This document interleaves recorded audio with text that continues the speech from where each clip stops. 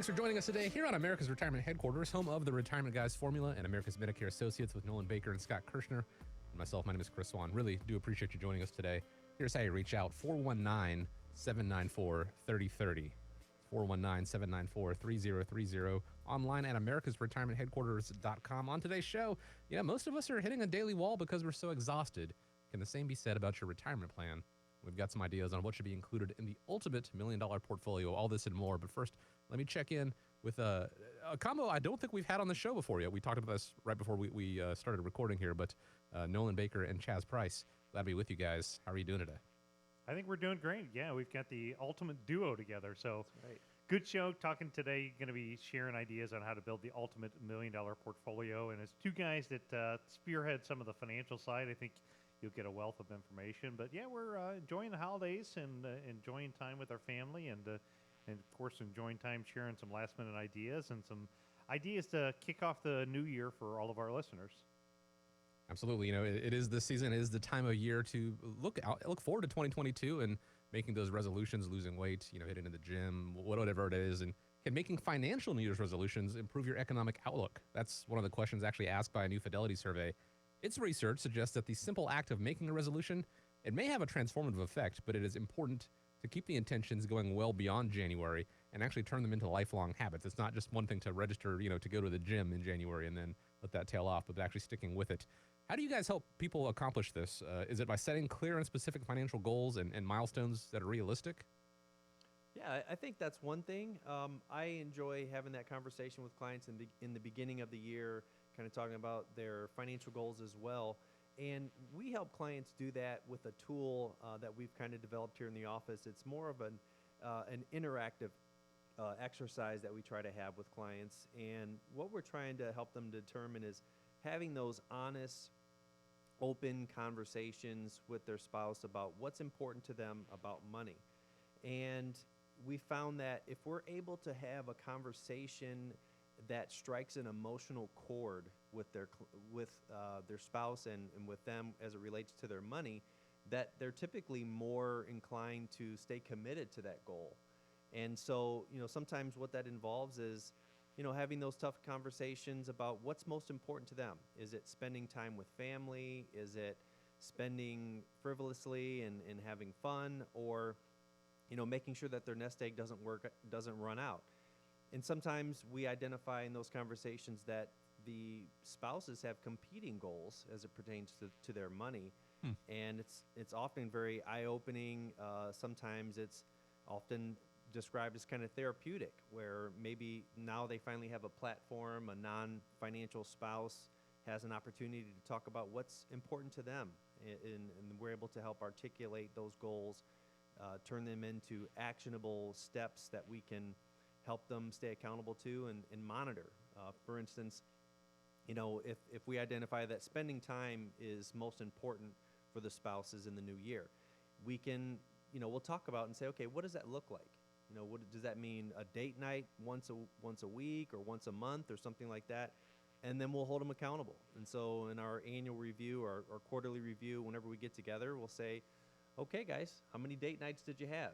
What did you guys do? And we'll actually, document and set aside dollars, cash flows for those purposes, things like that. So yeah, it's a fun time to have these conversations, but it is very important that you have a conversation about financial goals.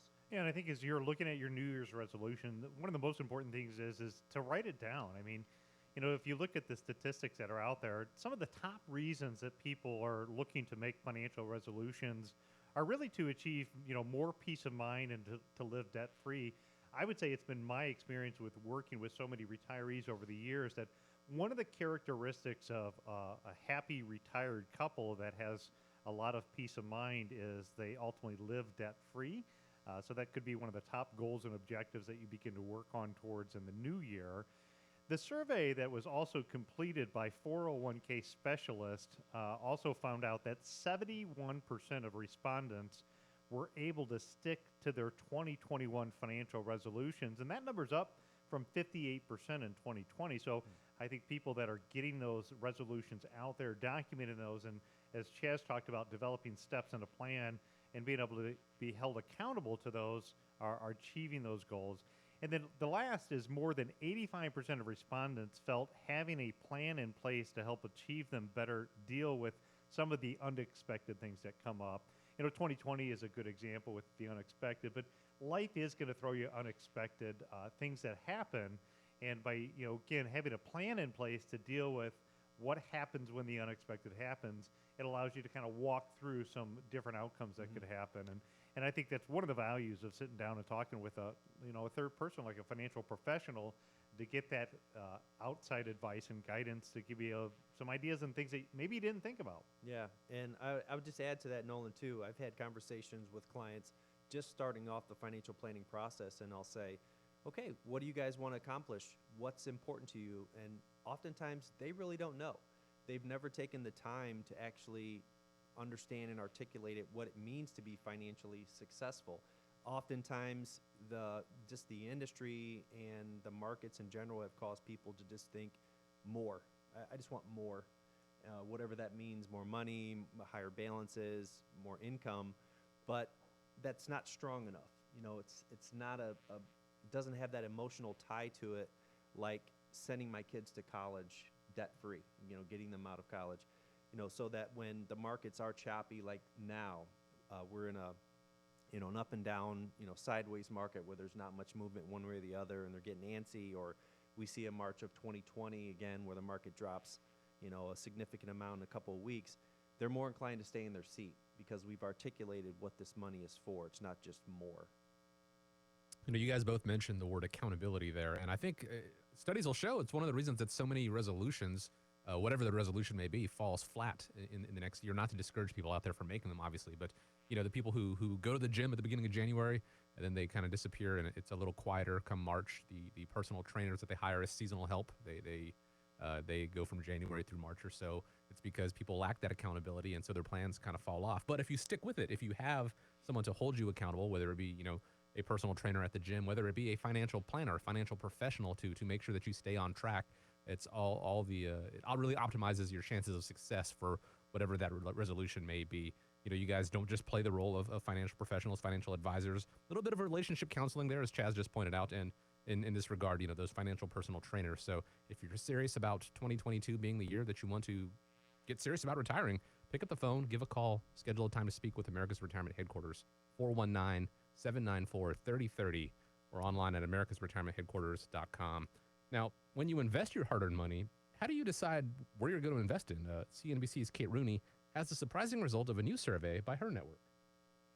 Turns out social media is having an outsized impact on investment choices, at least for newer traders. Social media is the most popular way for traders below the age of 34 to do their diligence. Investors older than 64, meanwhile, still overwhelmingly rely on discussions with their broker or financial advisor. So this is a whole other step from water cooler talk. We're talking, social media, Twitter, Facebook, things like that. What do you think of that, getting investment advice from social media?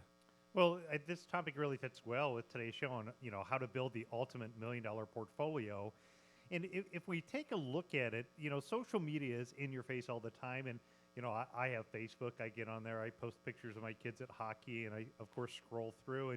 And I don't know if it's because of my job or because of my financial net worth or whatever the case happens to be. But as I scroll through Facebook, I certainly see investment ads. In fact, just the other day, I had a client who reached out to me about an ad that he saw on Facebook that was talking about the total collapse of the economy is in the imminent future here coming up, and he wanted to know if he should reposition all of his accounts because of a video and article that he saw. And so, what I had to explain to him is, first and foremost, keep the end goal in mind when you see some of those ads or articles that are on there. So, what I had told him is I said, well, skip to the last 3 minutes and see what this company's pitching. Well, they happen to be pitching their investment software for $4,500 a year, which I'm not saying is good or bad software, but again, they had an end goal in mind, so they spooked him, and maybe that news wasn't really designed to help him. It was designed to sell their software. And again, I'm not saying their software is good or bad, but the news media, and we're on the media, of course, we're trying to get people's attention. What we want to do is we want to help people make smart, educated decisions about what they should do with their overall investments.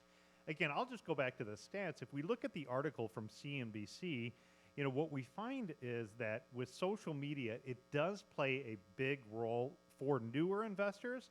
And I would also say as retirees get more and more involved with social media, from my personal experience, it's probably impacting their investment decisions more often. But the CNBC article said that more than a third said they used research from investment ideas.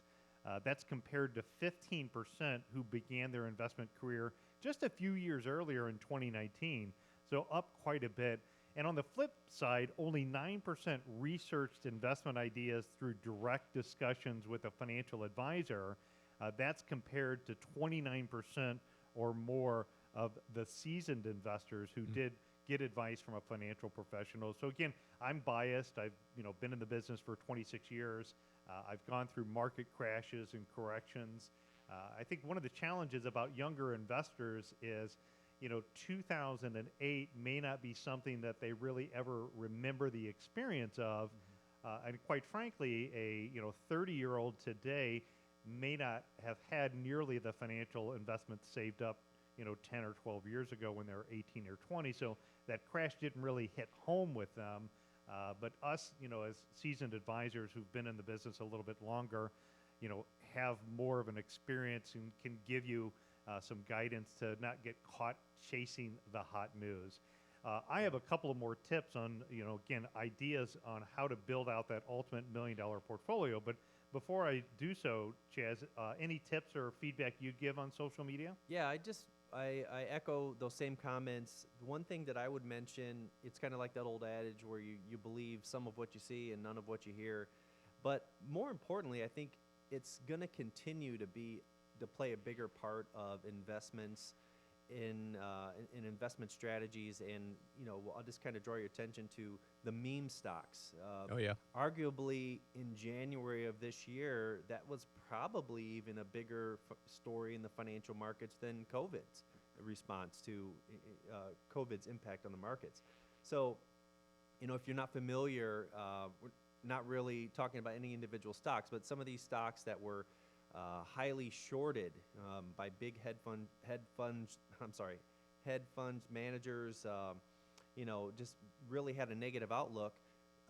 Amateur investors that now had access to social media to kind of coordinate their efforts and push back against some of these big institutional managers, and by communicating online and social media allowed them to again coordinate and build some of these stocks up and really cause a significant loss to a lot of the institutional managers. So it's kind of like the little guy won, and we proved, and retail investors proved that they can make a difference, by organizing through social media. And so be careful.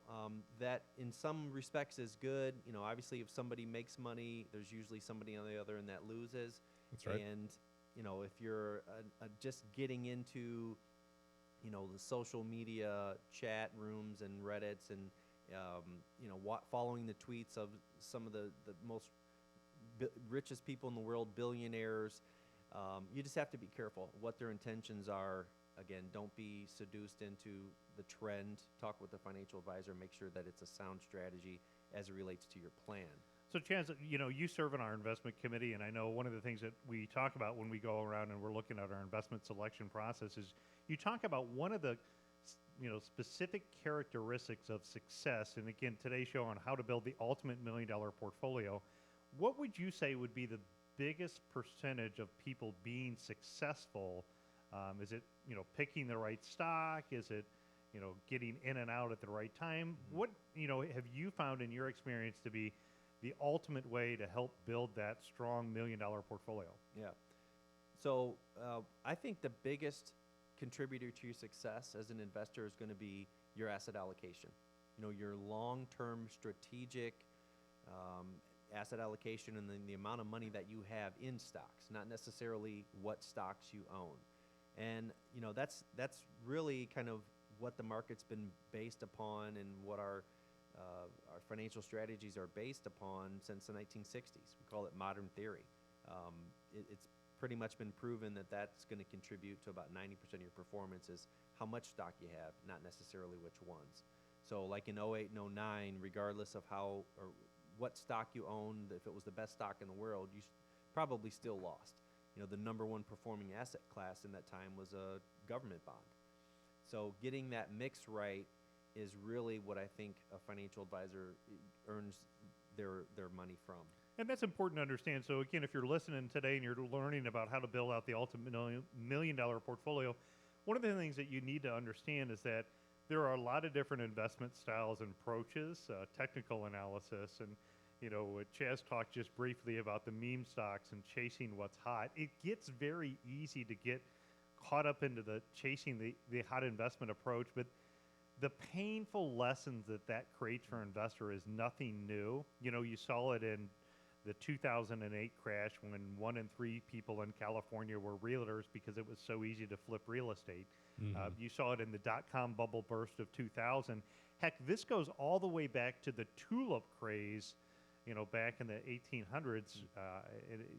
Every single time, this is an area where you don't want to be the last one to the party. So you want to stick with the sound principles of investing, and then to try to optimize it, I think it's to kind of put your flavor and approach to it. So us here at our office at the Retirement Guys, one of the things that we're looking for right now when we're looking through the asset allocation approaches, we're trying to identify specific stocks that have high cash balances in their bank account, they have low debt, and high return on equity. So when we filter down kind of our favorites, we're putting them through a defined, filtered strategy. And the important thing is to stick with that disciplined investment approach is going to be the key characteristics of helping you become a successful investor in good times and bad, not chasing investment results.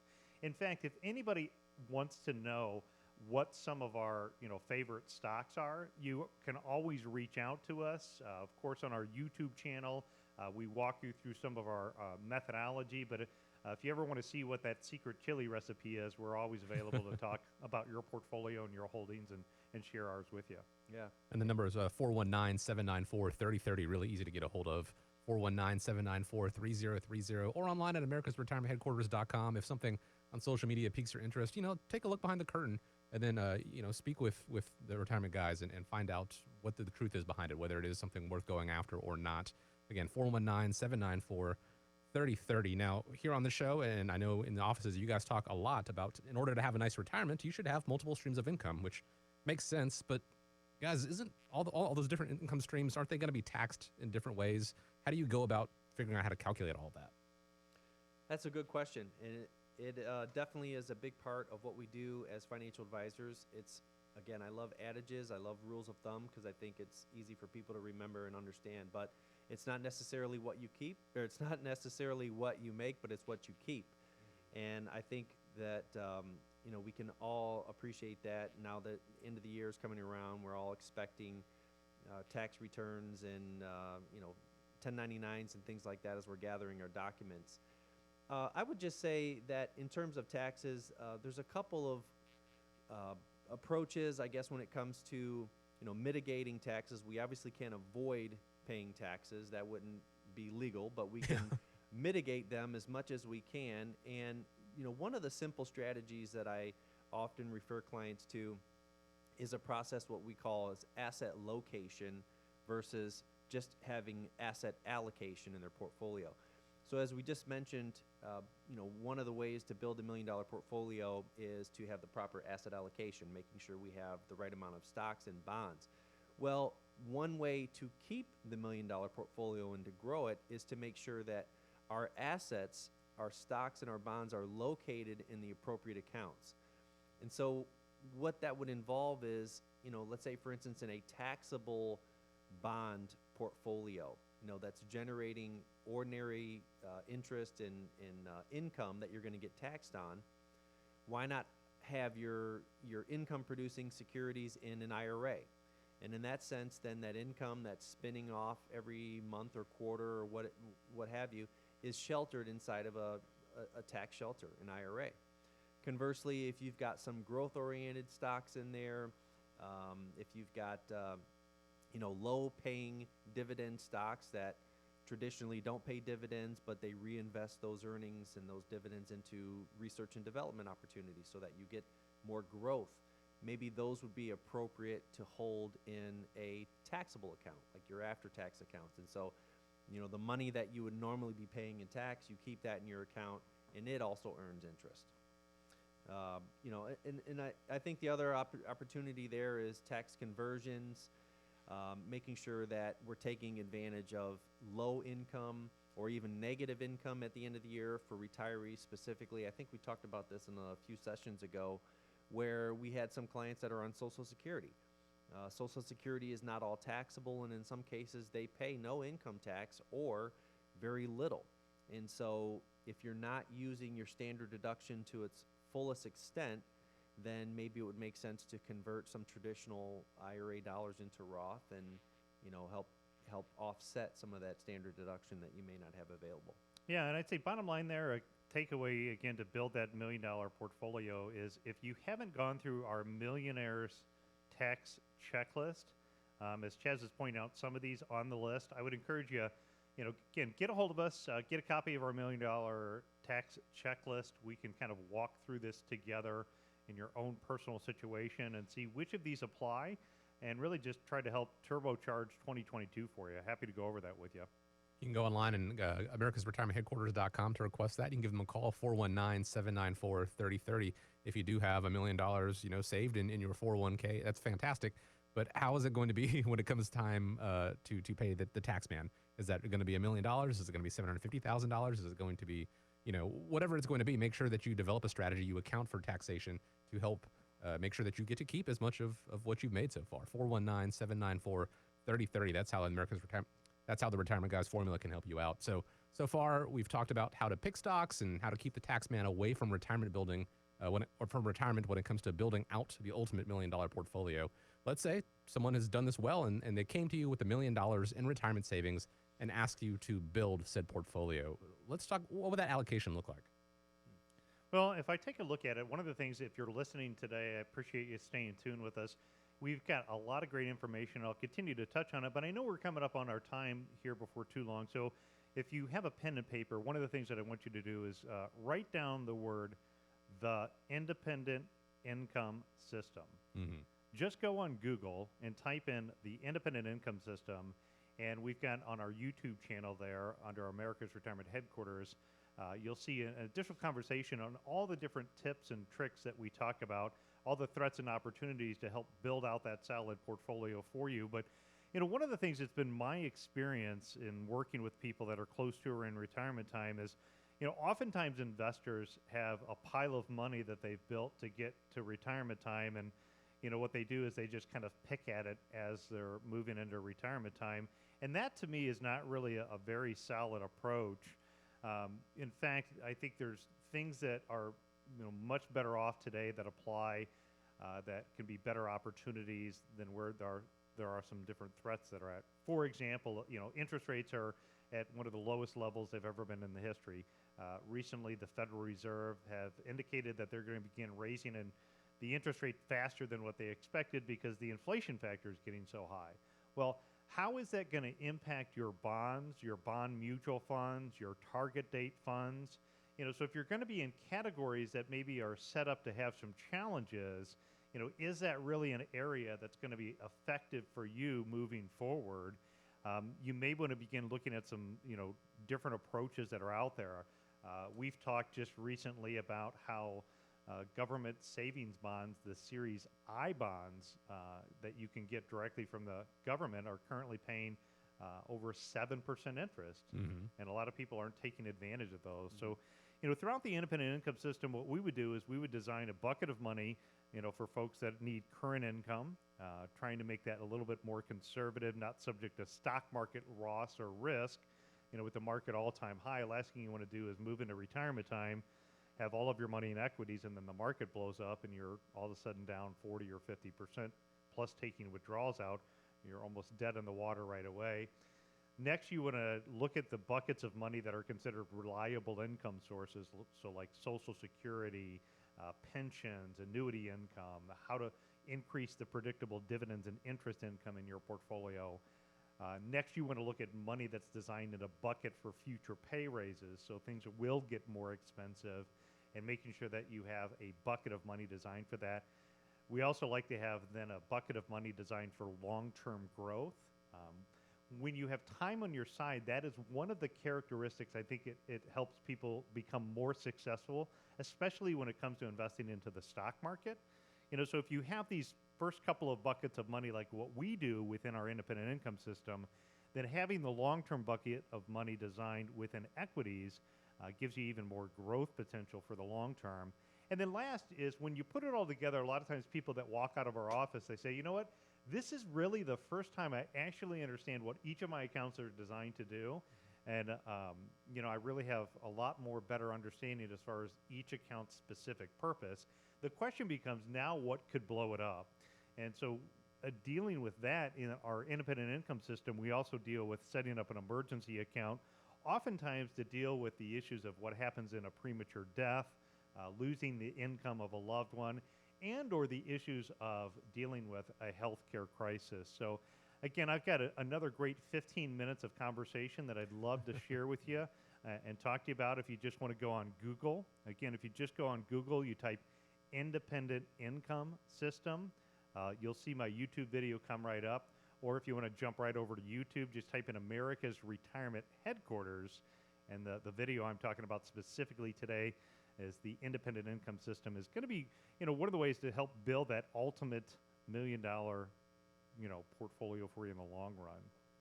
Again, it's the top result there if you type in independent income system right there, easy to find. And America's Retirement Headquarters, to speak with them, start developing that plan for you is easy as well. You just go to americasretirementheadquarters.com or you give a call, 419-794-3030, 419-794-3030. We started the show talking about New Year's resolutions, and I'm going to task you guys out there, maybe make 2022 the year that you get serious about your retirement, or if 2022 is the year you plan on retiring, all the more reason to really fine-tune that plan, see what steps you need to take. Maybe it's a couple years off, but there are definitely moves that you can make right now to prepare yourself for that so that when the time comes, you know that you're going to be okay. Again, 419-794-3030.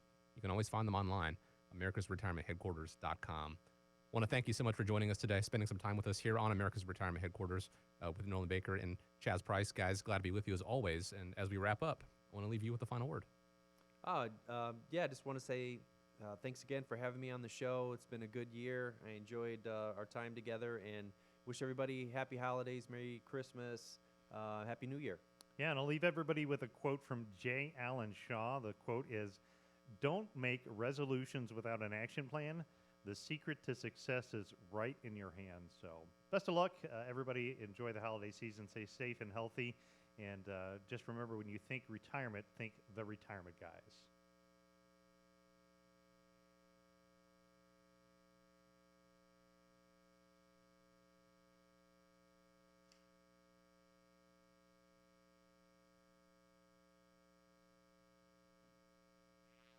We are good.